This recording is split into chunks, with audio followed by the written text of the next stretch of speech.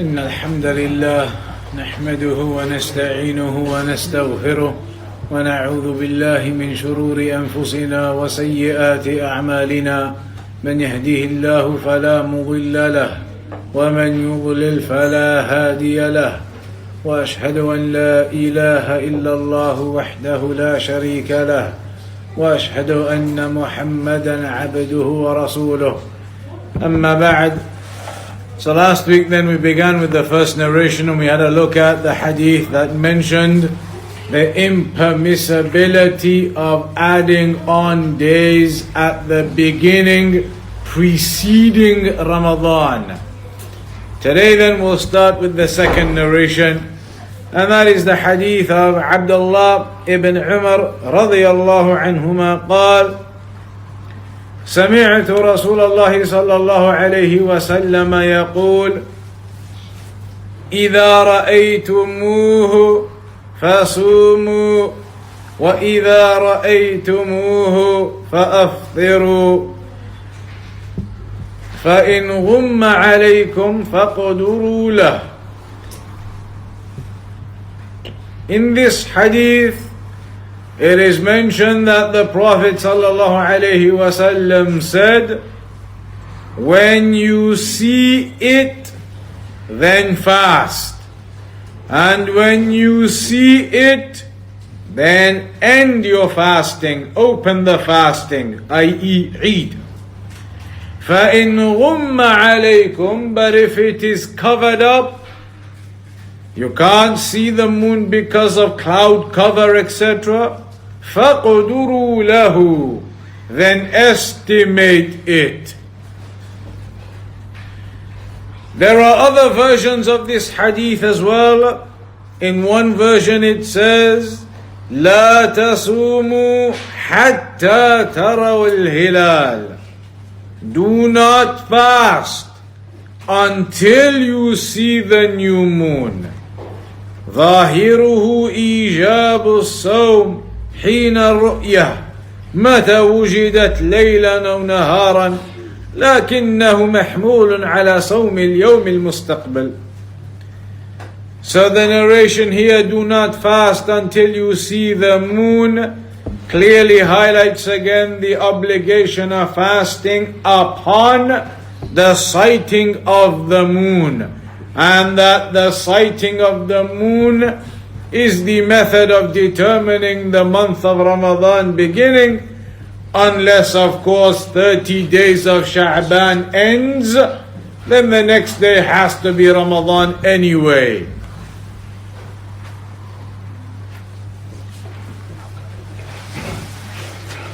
وهو ظاهر في النهي عن ابتداء صوم رمضان قبل رؤية الهلال. So this hadith is very clear that you cannot start Ramadan before sighting the new moon. فَيَدْخُلُ فِيهِ سُورَةُ الْغَيْمِ وَغَيْرِهَا. And so whether there is cloud cover that night or not, all of it comes under this narration about having to see the new moon. Meaning even if you go out on the 29th of Sha'ban, and there is cloud cover, so you cannot tell if the moon is there or not, you cannot see it, the ruling is the same. You have not seen it, so the next day will not be Ramadan, it will still be the day after that then. وَلَوْ وَقَعَ نعم.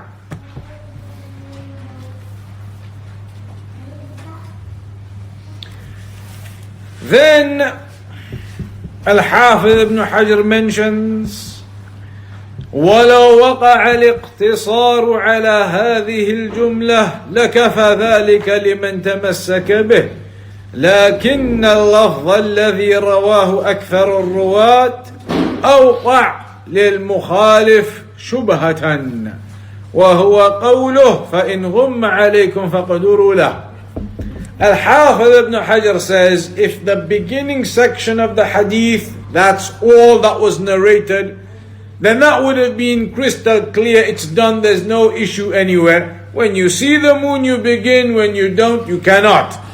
But then the ending of the hadith is what the people of doubt the people upon some level of deviance have taken and they have misunderstood and misinterpreted. Because the last section it says, فَإِنْ غُمَّ عَلَيْكُمْ فَقْدُرُوا لَهُ. If it is covered up, then estimate. If it's covered up, you cannot see the moon because of cloud cover, etc., then estimate it. That is what the narration says.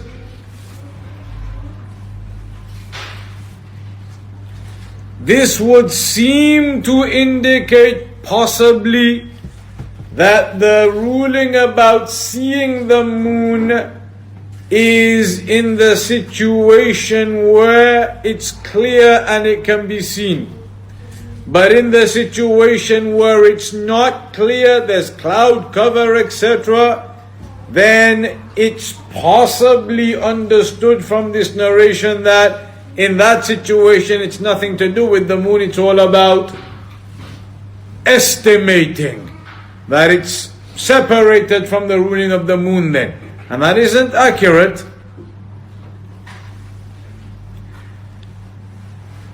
Some of the scholars, the majority of the scholars in fact, they said the meaning of estimate it if it's cloudy is انظروا في أول الشهر واحسبوا تمام الثلاثين.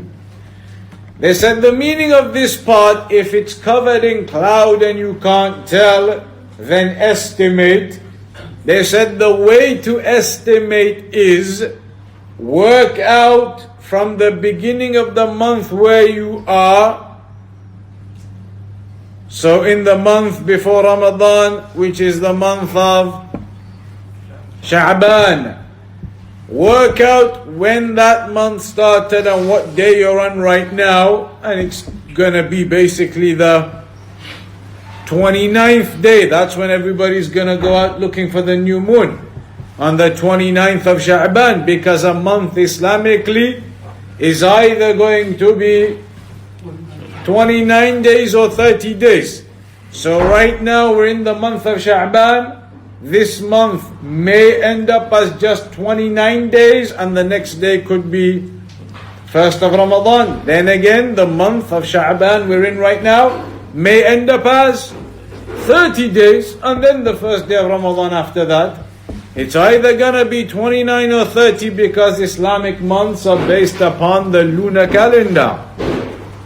So estimation, it means work out where you are right now. So if on the 29th day of Sha'ban everybody's out there looking for the moon and it's covered up and cloudy, then estimate. Right now they know they are on the 29th day of Sha'ban. The month cannot be more than a maximum of 30. Therefore estimate the month up. If on the 29th you've gone out looking for the moon and it's cloudy, you can't see, you're going to estimate tomorrow as the final day of Sha'ban to complete the maximum it can be, which is 30, and then after that it has to be the 1st of Ramadan. And that's why basically there are three scenarios. There are three scenarios when going out and looking for the moon.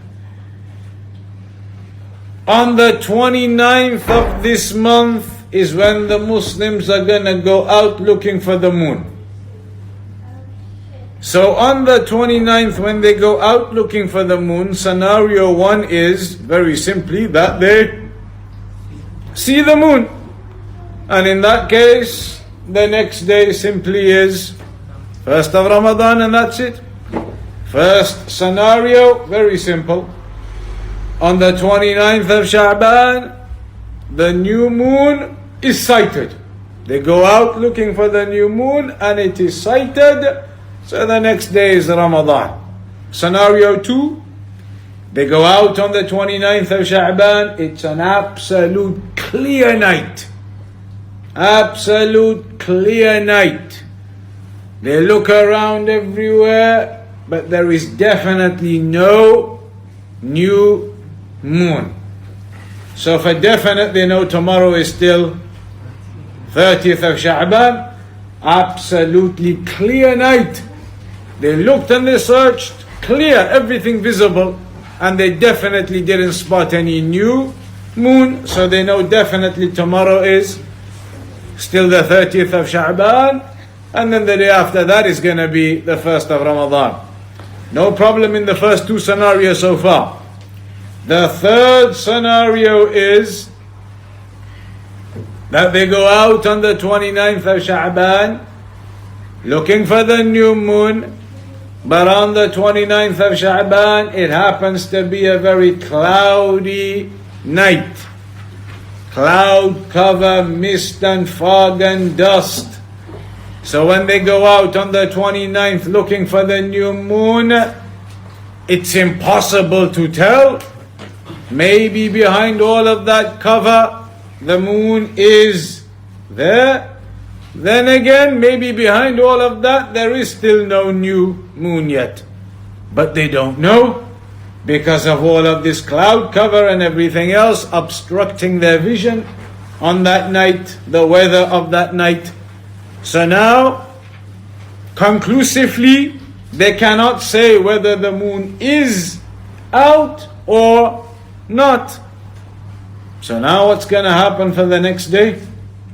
Hadith says in that situation, estimate. How do you estimate? The majority of the scholars have mentioned by working out where you are right now, and that's going to be the 29th of Sha'ban. And so therefore, upon the maximum, your estimation, you know there is 1 day left, so you're going to leave the next day as 30th of Sha'ban, and the day after that is going to be the 1st of Ramadan, even though it's possible the moon may have been out. But you have followed the Sunnah. On the 29th, you could not sight the moon, then you do not fast the next day. You have not seen it. إِذَا رَأَيْتُمُوهُ فَصُومُوا. If you see it, then fast. You also have the hadith of Ammar ibn Yasir, مَنْ صَامَ الْيَوْمَ الَّذِي يُشَكُّ فِيهِ فَقَدْ عَصَى أَبَا الْقَاسِمِ. Whoever fasts on the day of doubt, then he has disobeyed the Prophet ﷺ. That is why the majority of the scholars, they say in that scenario, the third scenario of the cloud cover night, and you can't tell, you do not fast the next day. Don't say, well, maybe it was there, let's start just in case. Some scholars hold that opinion, but the majority, they say, no, these narrations are clear. It's about sighting the moon. If it's covered up, the narrations in Bukhari, in Muslim tell you, complete the days of Sha'ban as 30. And it's not even just guesswork. The narrations are clear. In Bukhari it says, فَأَكْمِلُوا عِدَّةَ شَعْبَانَ ثَلَاثِينَ. Complete the days of Sha'ban, the number for Sha'ban, as 30. Clear cut. So, 3 scenarios. In the first scenario, they go out there, they see the moon. Simple, next day Ramadan. Second scenario, they go out there, it's absolutely clear, and they don't see the moon. So they are certain the moon wasn't there, because it was absolutely clear, and the moon wasn't there. So the next day, definitely 30th of Sha'ban yet, the day after that Ramadan. Third scenario is the issue, when they go out there and it's not clear. It's covered up that night with cloud and fog and rain, so they obstructed in their vision. Could be there, could not be there, the moon. The next day is known as the day of doubt. But the hadith are telling us, you don't fast on the day of doubt. You leave that as an estimated 30th day of Sha'ban, and then the day after that, you begin your fasting of Ramadan. There is a version of the hadith as well with Abu Dawood and Nasa'i and Ibn Khuzaymah. لا تقدموا الشهر حتى تروا الهلال. Do not precede the month of Ramadan until you see the new moon. أو تكملوا العدة. Or you complete the full days i.e. the days of Sha'ban as full, is 30. Either you see the new moon or you complete 30 days of Sha'ban. That is the only two methods of determining the beginning of Ramadan. Either you see the new moon, and it's possible you may not, maybe on the 29th full of cloud cover, no vision. 30th full of cloud cover, no vision. You don't see the new moon. But after the 30th, it doesn't matter, because Sha'ban has finished 30 days, next day is gonna be Ramadan, even if that night was covered and you didn't see the moon. So either it's about finishing the 30 days of Sha'ban, then Ramadan no matter what, or seeing the moon and then it's Ramadan. They are the two methods of determining the beginning of the month of Ramadan.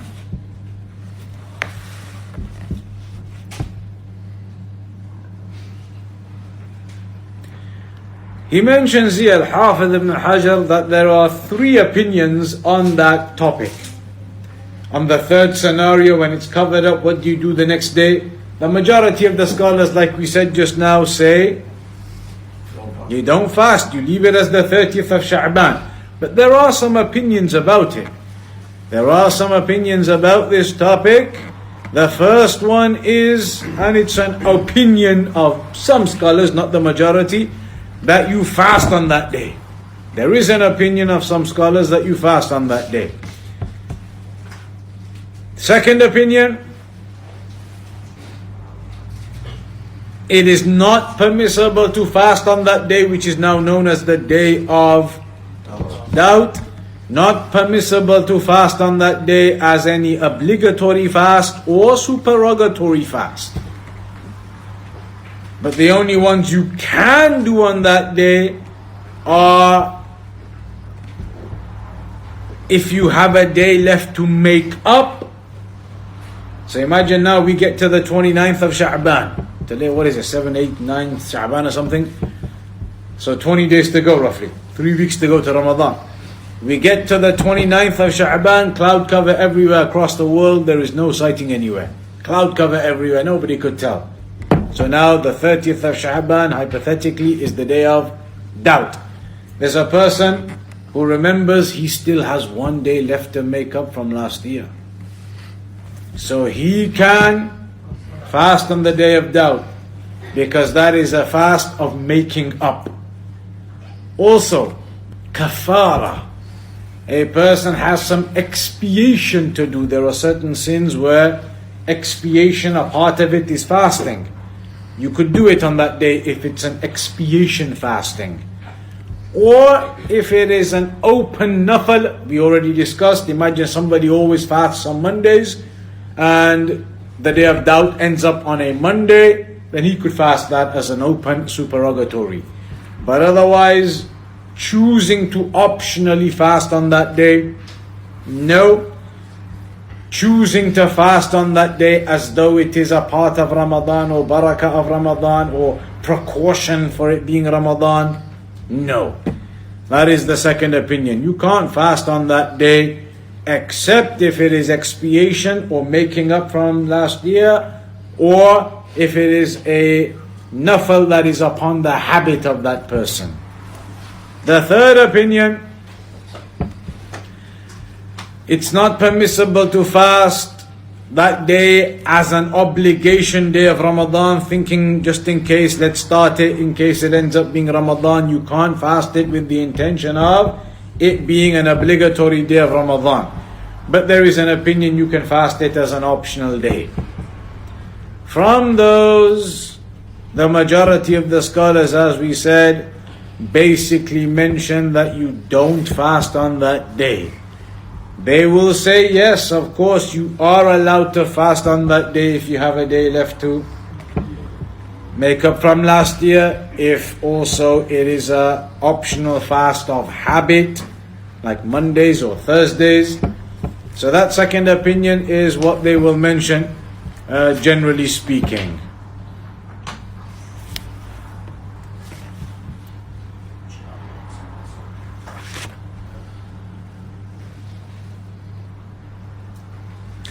Then,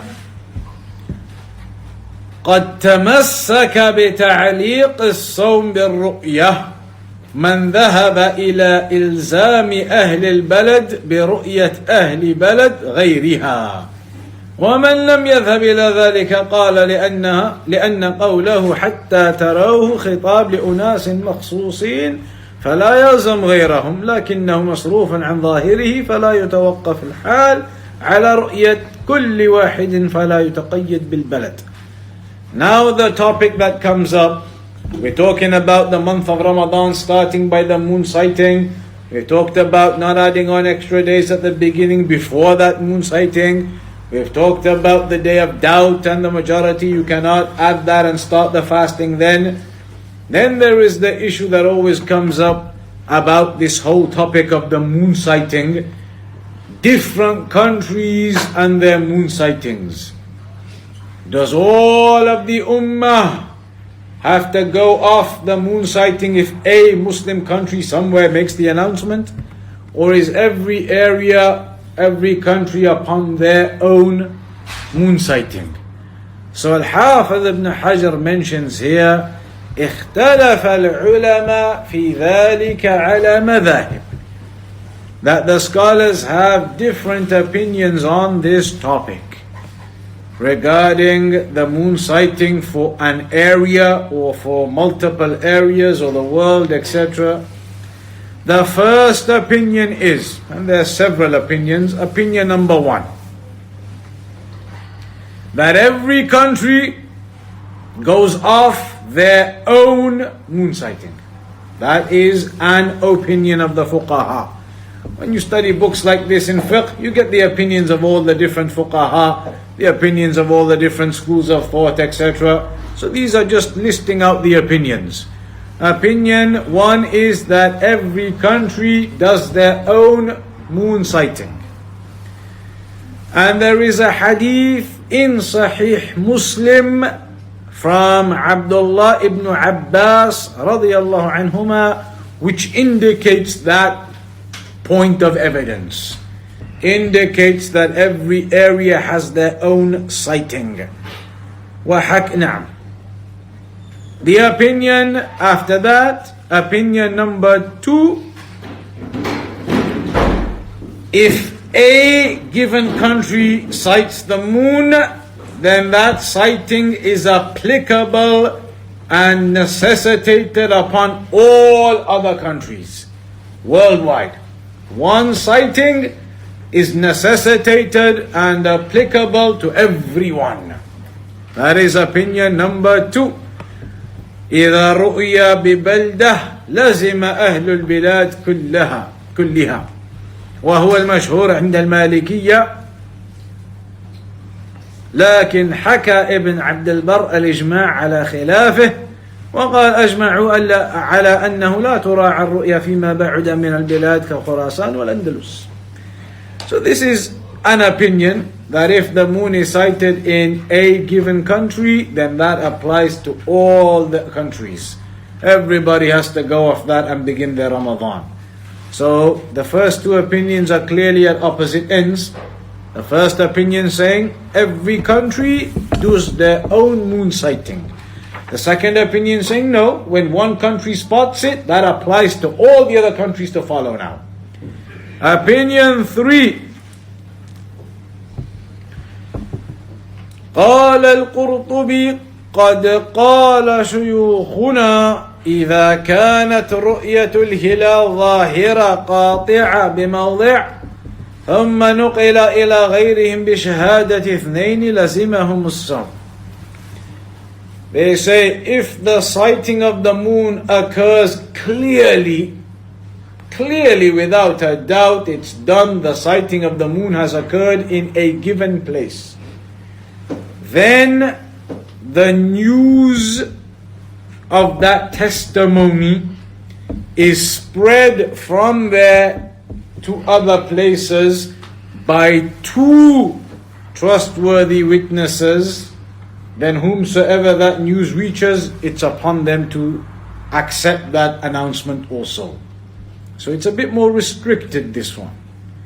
If it's clearly cited somewhere, the announcement is clearly made somewhere, and two witnesses or two two individuals, two messengers, two trustworthy individuals take that news to other areas, then if that news comes to the other areas via those two trustworthy narrators, then they must accept that and also begin their Ramadan. The announcement applies to them.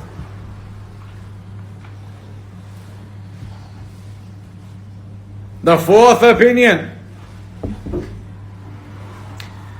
لا يلزمهم بالشهادة إلا لأهل البلد الذي ثبتت فيه الشهادة إلا أن يثبت عند الإمام الأعظم فيلزم الناس كلهم لأن البلاد في حقه كالبلد الواحد إذا حكمه نافذ في الجميع. This is now in reference to like in the olden days in particular, where there used to be the rulership of the Khulafa al-Rashidin, for example, and so they were in charge of all of the Muslim lands. They were the one ruler over all of the Muslim lands. Then each of the Muslim lands had their deputies put in charge. This fourth opinion is talking about such a scenario like that. And it says, if a testimony occurs in one of those countries, imagine now, for example, at the time of Umar ibn al-Khattab or something, many places were conquered, many countries entered into Islam. So now in one of those countries somewhere, the moon is sighted. On this fourth opinion it says, only the people of that country are necessitated to follow that moon sighting. Only they are necessitated to follow it, unless that testimony makes its way to the Khalifa. If he is then made aware of that testimony and he is in charge of all of the lands, now it becomes applicable to all of the other lands. But that land who spotted it, if they were to go and tell the land next to them and the land next to them, they don't have to follow that. Only the land where the announcement occurred, where the testimony occurred, it's obligatory upon them all to follow it. Their surrounding countries, if they go and tell them, they don't have to follow it, unless they manage to get the news over to the overall Khalifa in charge of all of these lands. He then makes that overall announcement. Now the other countries have to follow it. So basically saying that the other countries are not obliged unless it comes from the ruler, the overall ruler. The fifth opinion, some of the Shafi'iyya mention this opinion. إن تقاربت البلاد كان الحكم واحدا وإن تباعدت فوجهان. If the countries are very close to each other in proximity, then the citing of one country applies to those other countries very close in proximity. As for countries at a distance, then no. So that's a bit different to the earlier opinion saying all the countries have to abide by it, or even the opinion saying if two trustworthy people go take that news. This one is saying other countries are only obliged if they happen to be basically from the neighbors of that country where the testimony occurred. If they are far out, even if two witnesses go, they're not obliged. They're so far away from where the witnessing of the moon sighting occurred. So they say in this opinion, only the neighboring areas are obliged by the sighting of a particular country in their neighborhood of countries.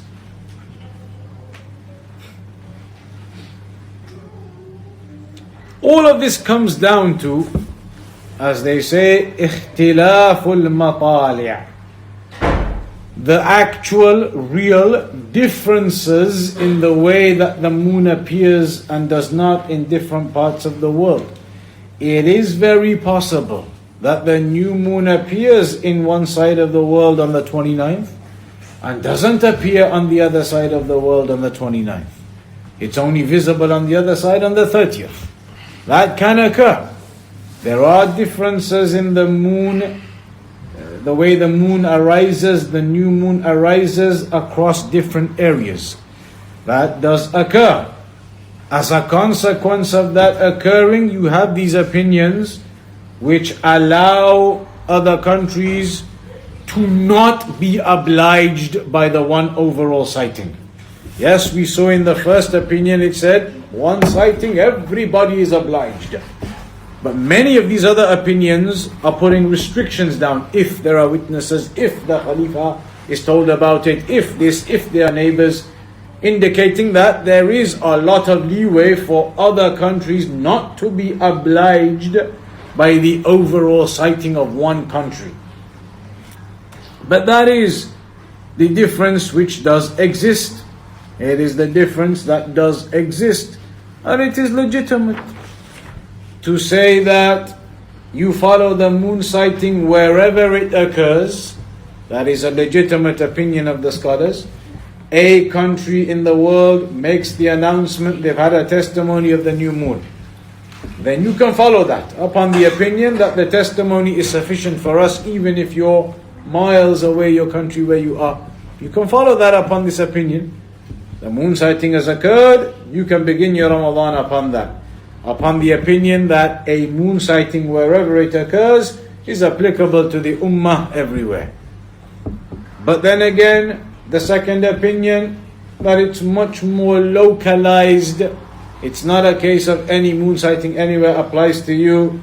It's more about your own lunar region and your sighting in your area or countries in and around your area. That is possible too. It is possible to be upon that opinion if there are countries that do that, and that is not blameworthy. If there are countries in a part of the world, they say, look, in our part of the world, none of us, the next country, none of us saw the moon on the 29th, even though on the other side of the world they've made the announcements over there. That is technically fair enough. If all of those countries in that area genuinely nobody sees the moon, and they follow the sunnah and the hadith and everything and do their Eid the day after the 30th, then that is possible. If they are genuinely following the sunnah in that. Nowadays the problem is, many of the people are not genuinely following the sunnah in doing that. They have other reasonings behind what they do. Some of them because of their refusal to accept the testimonies of authorities, certain authorities. For example, Saudi Arabia, they always make an announcement every year about the moon sighting. Some people, they have a problem with Saudi Arabia and they don't want to accept the sighting of Saudi Arabia. Nothing to do with the hadith in our area. They just don't want to accept the sighting of Saudi Arabia, whatever their sighting is. And so they'll oppose that and they'll do whatever else and make justifications for whatever else. That type of thing is incorrect. Or there are people who go back to the satellites and estimates and calculations, telling you the moon is supposed to be out on this night and that night. On the day of doubt, the 29th of Sha'ban, we go out and it's covered up, so the next day is the day of doubt. They say, but the satellites and the websites, they're all saying the moon was out tonight. Yes, it's the cloud cover and everything and we can't see, but all the data is telling us the moon was out tonight. So we should start tomorrow. The moon was definitely there, but we just couldn't see it. Wrong again. You've gone against the sunnah. Who told you to go and follow the websites and the satellites? You need the testimony of a trustworthy Muslim for the sighting of the moon. Like in the hadith of Abdullah ibn Umar ibn al-Khattab, when he came to the Prophet ﷺ and he said, "Inni ra'aytu al-hilal," that I have seen the new moon. فَصَامَ وَأَمَرَ النَّاسَ بِصِيَامِهِ. So the Prophet ﷺ fasted and commanded the people to fast. The sighting of the moon is with the sighting of a trustworthy Muslim, not the calculations of NASA or BBC website or anything else. That is a big mistake from the Muslims again, and they go astray in their defining of when Ramadan begins or not. So if it is genuinely done upon these methods, then that is acceptable. But if it's done for those political types of reasons, the hatred for Saudi Arabia and whatever else, or using calculations, then that type of thing is not acceptable. They even used to say, some of the Sufis, on 1 year, a decade or 2 decades ago, on one particular year, Saudi Arabia made the announcement on the 29th that the new moon has been spotted. On the 29th. But the Sufis the next day were fasting. So when we asked them how come the announcement was made, they said it's a lie. It's a lie. There was no testimony of the moon from last night. It's a lie. There was no moon out last night. We, i.e. the Sufis, we had our own observation going on in some Arabian country somewhere, and we even sent out people in a light aircraft. They went up to 25,000 feet and they were looking and there was no moon. How did somebody on the ground in the desert in Saudi spot the moon? We had an aeroplane at 25,000 feet with our observers, our imams, sitting in the aeroplane. With the shimals on or whatever, the turbans on in the aeroplane at 25,000 in the windows, looking where the moon is, and they said they didn't spot any moon. From 25,000 feet, our imams, they went up, they didn't spot any moon. How did this guy from the desert in Saudi Arabia spot the moon? Liars! So this is what they say. These are the types of statements they make. A person who's upon that type of position, then he's not following any of these opinions, he's not following any of this fiqh. He's purely following his own blind following and hatred for, basically as they say, the Wahhabis and everything else. That isn't acceptable. But the one who does it upon this proper method, then so be it. A couple of years ago in Morocco it occurred, where practically everybody did the Eid after the 29th day. It was cited on the 29th in the majority of the countries of the world. Practically everyone. Even Algeria next door. But Morocco, they didn't spot it. All their observers, everything that night, they went out, they didn't spot it. So the next day, they followed the ruling and they made that the 30th of Sha'ban. So be it. They've done it properly, they've gone out, they've searched, they've looked, they genuinely didn't spot the moon in Morocco. Even though next door, just a few hundred miles away in Algeria, they spotted it. So be it. They've done it properly, that is okay. But otherwise, what many people do is not properly. It is all upon politics, upon this, upon that, upon blind following, upon hatred of Saudi Arabia, hatred of this person, hatred of that person. And they do their Eids and their calculations differently. Some of them have already worked out well in advance. Some of these mosques, a week before the end of Ramadan, they make their announcements. Eid is going to be on a Saturday, it's going to be 9 a.m., done, dusted, we confirmed Saturday is going to be. And right now you're still on Monday. They made the announcement already, 6 days in advance when Eid's going to be. So you can tell these people have not followed any of these opinions, any of this fiqh. How have they decided 6 days in advance? There is not a single opinion from any of these opinions that tells you you can work out when Eid's going to be 6 days in advance. It's going to be on the 29th or the 30th. So that is some of the opinions regarding that issue of the moon sighting.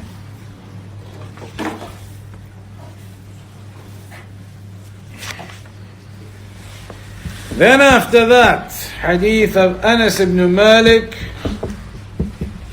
رضي الله عنه قال قال رسول الله صلى الله عليه وسلم تسحروا فإن في السحور بركة. Have the suhoor in the mornings, for indeed within that is a blessing. Make sure to have the suhoor in the morning, for indeed within that is blessing. The scholars have said there is a consensus upon having the suhoor as being a mustahab sunnah action for you to do. To have that suhoor in the morning.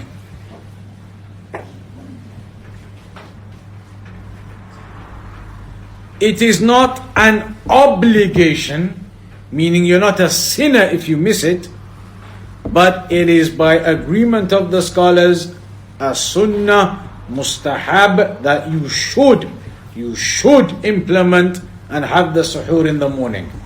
So that is the ruling mentioned by the scholars on that. They say it's not obligatory because of the evidence regarding the Prophet ﷺ. He used to sometimes fast continuously beyond a day. He used to have the suhoor. For example, this morning now, Saturday morning, have the suhoor, but don't open your fast at Maghrib time coming up now. Carry on fasting. Carry on to tomorrow all day, Sunday. Maybe Sunday night at Maghrib open your fast. 2-day long fast. If you do that, then that means obviously Sunday morning you're not going to be having any suhoor. So the Prophet ﷺ occasionally did that. He used to fast more than a day in one go. And the rulings of that we're going to come to later on. But that shows that it's not obligatory to have the suhoor, otherwise you wouldn't be allowed to go beyond that. So it's a mustahab sunnah that must be done, should be done, but it's not a sin if somebody missed it. Your fasting is still valid. And the reason why you should have it, فَإِنَّ فِي السُّحُورِ بَرَكَةً. There is blessing in having that suhoor. And this word suhoor, it can be pronounced in two ways and it has two meanings. As-sahur and as-suhur. As-sahur and as-suhur. لأن المراد بالبركة الأجر. And what's the difference? As-sahur and as-suhur. One is the actual food that you eat, and one is the act of eating the food. One is the action of having that food in the morning, and one is the actual food itself. So, لأن المراد بالبركة الأجر والثواب فيناسب الضم لأن مصدر بمعنى التصحر أو البركة لكونه يقوي على الصوم. So one of the reasons behind this barakah is that it helps you in giving you some strength for the day of fasting. That you have something to eat before Fajr. That food, that fuel for you is some energy for you for the day. Gives you some strength and energy to perform that action of fasting. And it lightens the burden upon you. وقيل البركة ما يتضمن من الاستيقاظ والدعاء في الصحة.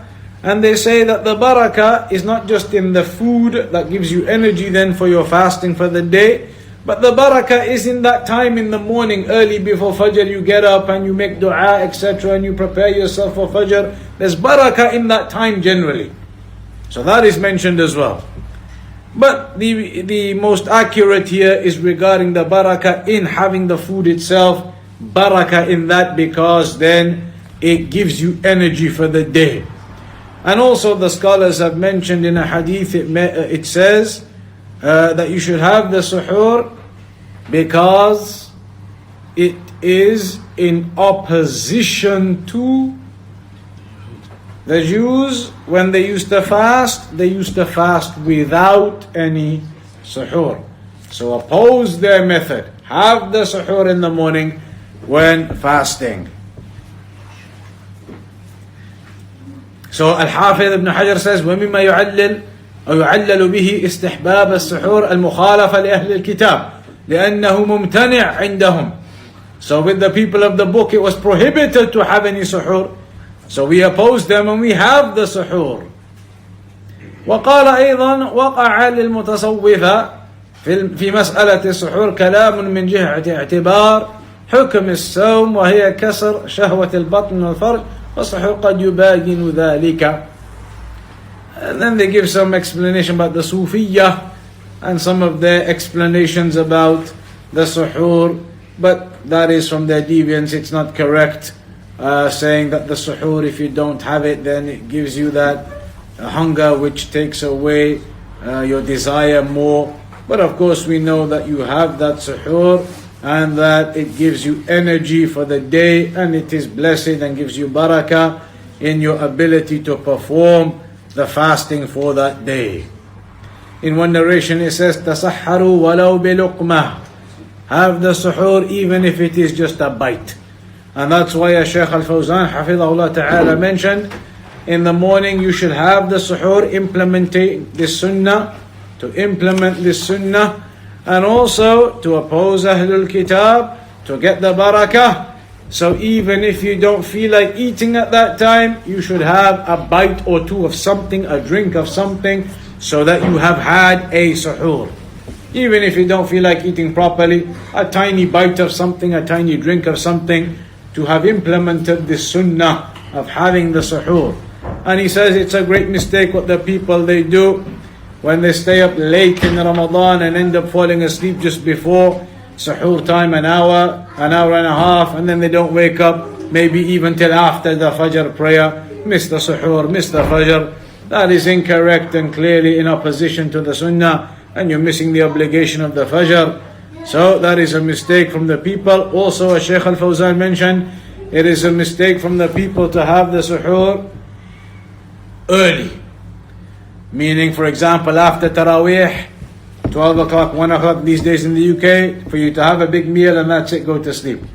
2 hours before Fajr. That is incorrect. Suhoor is supposed to be late. Because in the hadith it mentions,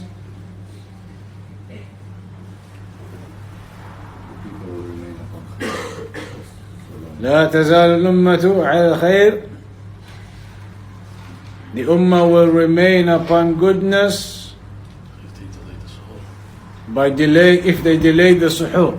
One of the signs of the goodness of the Ummah is the delaying of the suhoor to the last time, i.e. just before Fajr time enters, not an hour, 2 hours before. And that again is the problem with some of these timetables of some of these mosques, where their supposed suhoor time ends an hour before Fajr, or 45 minutes, 1 hour before Fajr. That's strange to be ending so far forward before the Fajr time comes. Rather, the suhoor ends at the entry time of Fajr. And also, the mosques these days, they change their timetable for Ramadan. So normally right now, if you go to these mosques, their timetable says Fajr enters whatever time it is these days, for entry time of Fajr, 4:45 approximately, 4:45 approximately, maybe they'll say 4:30, maybe 4:15. Push it to 4 o'clock a.m. these days. In 3 weeks' time, the new timetable comes out for Ramadan, from 4 a.m. Fajr coming in, all of a sudden it comes in at 1:28 a.m. All of a sudden, overnight, from 30th of Sha'ban to the 1st of Ramadan, Fajr has come back by 2 hours or 2.5 hours. And this is again a great mistake from them. And they say, just to be careful, just to be precautious, we don't know, let's just do it nice and early so we guarantee we've done the full fast. That is a mistake. A mistake to be starting the fasting so early when Fajr has nowhere near come in yet. So we're going to end on that point for today. Then inshallah ta'ala we'll carry on with the next section from next week, Wednesday.